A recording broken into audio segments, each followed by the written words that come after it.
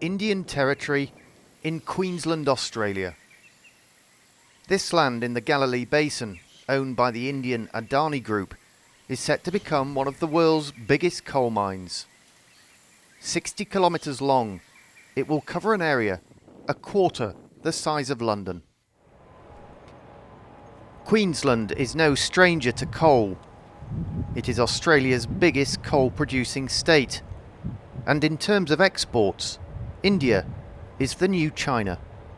India, we know, on all the forecasts available to us, will have a huge demand for importing coal to use for power generation in India. After all, there's about 300 million Indians that don't yet have access to electricity.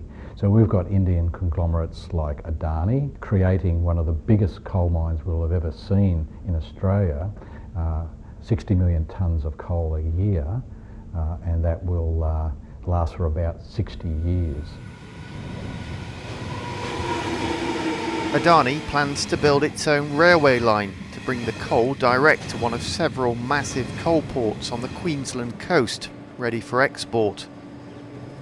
The Coral Sea, already congested with coal ships, could see even more traffic. And that's created conflict. Queensland is also home to one of the world's greatest natural treasures. The Great Barrier Reef, an underwater wonderland, stretches some 1,500 kilometres down the coast. Environmentalists say half of the coral has been killed in the last 30 years due to a host of pressures. Those include increased carbon emissions, global warming, extreme weather, and port expansion. Plans to widen shipping lanes to allow even bigger coal ships have angered conservationists.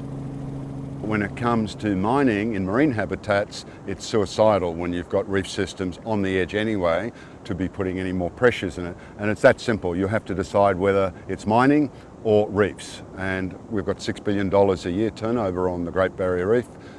Let's hope we earn more than mining, but we'll never see a reef again if we allow the escalation of this, I believe.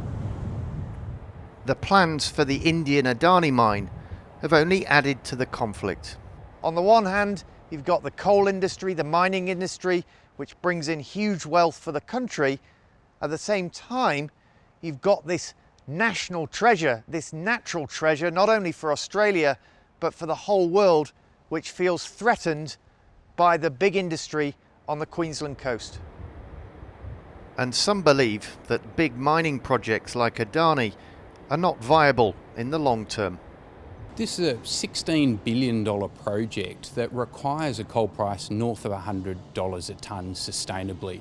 The coal price in the last 3 years is down more than 50% to below $70 a tonne for thermal coal.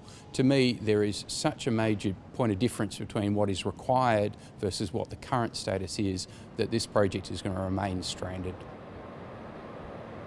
The Australian government, though, believes the future remains bright for coal despite environmental concerns. The Prime Minister, Tony Abbott, this month said coal was good for humanity. And in the coming years, much of it could be heading India's way. John Donnison, BBC News in North Queensland.